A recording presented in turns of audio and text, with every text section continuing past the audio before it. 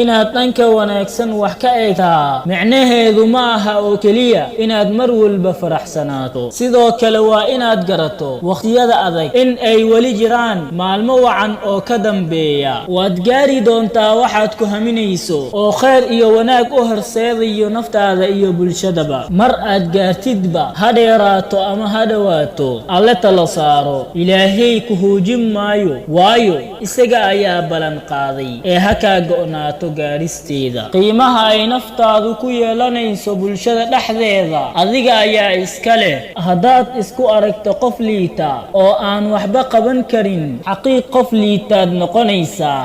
haddaad isku aragto qof wax qaban karana waad qabanaysaa, weliba sida ugu wanaagsan. laba mid uun dooro: kow, adiga naftaada silsilado ku xir oo la har waxqabadkeeda.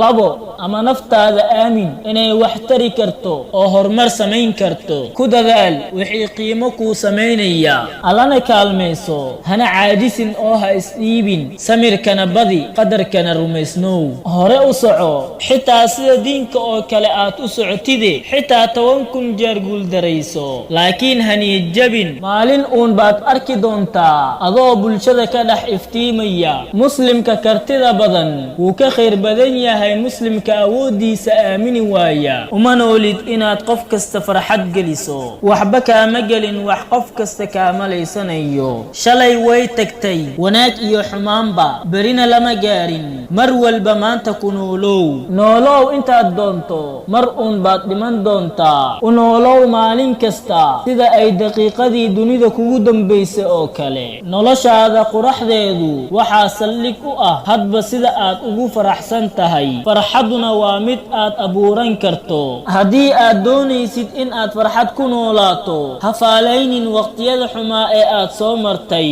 hana kasii walwalin waxa aad beri la kulmi doonto. ee faalee nicmada aad maanta haysato oo ilaahay ugu mahadnaq, markaas ayaad farxad dareemi doontaa. afartan kelmadood ka fogow, maxaa yeelay waxa ay dilaan himilooyinka nolosha. maxay dadku oran doonaan waxqabadkaaga haddaad ku xirto wax dadka kaa oran doonaan? waxba xaqiijin maysid, maxaa yeelay xitaa waxa ay quruxdu tahay ayay dadku isku raacsanayn. waad ku mahadsantahay daawashada muuqaalkan. fadlan subscribe leh, gambaleelkana furo si aad u noqoto daawadaha ugu horeeyo. like saar haddii aad ka heshay, lana wadaag asxaabtaada si ay kula faa'iidaystaan. inta aan ku kulmi doono barnaamijka xiga, waxaa idinkaga tegayaa sidaa iyo fi amaanillaah. wassalaamu calaykum waraxmatullaahi wabarakaatuh.